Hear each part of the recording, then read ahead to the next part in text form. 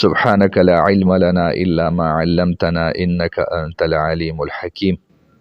رب اشرح لي صدري ويسر لي أمري واحلل عقدة من لساني يفقه قولي.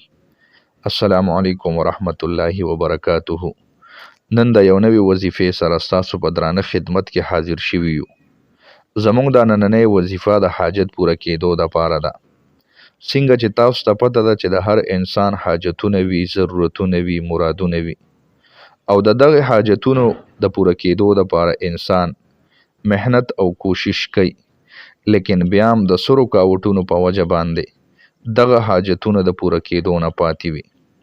الله رب ذوالجلال به د دې وظیفې په برکت سره ستاسو تمام رکاوټونه ختم کی او تمام حاجتونه به الله رب ذوالجلال پوره کی. او دغه حاجتونه مختلف قسم کی دي شي.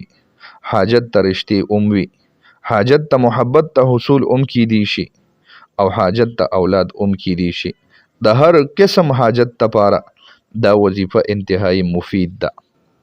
د وظیفې بیانولو نه مخکې کم ملګري زمونږ په چینل باندې نوي دي، هغوی ته دا خواست کوو چې مهرباني وکړي زمونږ دا چینل ځان سره سبسکرایب کړي او خوا کې ورسره د ټلۍ دا نشان ووهئ چې آینده تاسو ته زمونږ ویډیوګانې بر وخت ملاویږي.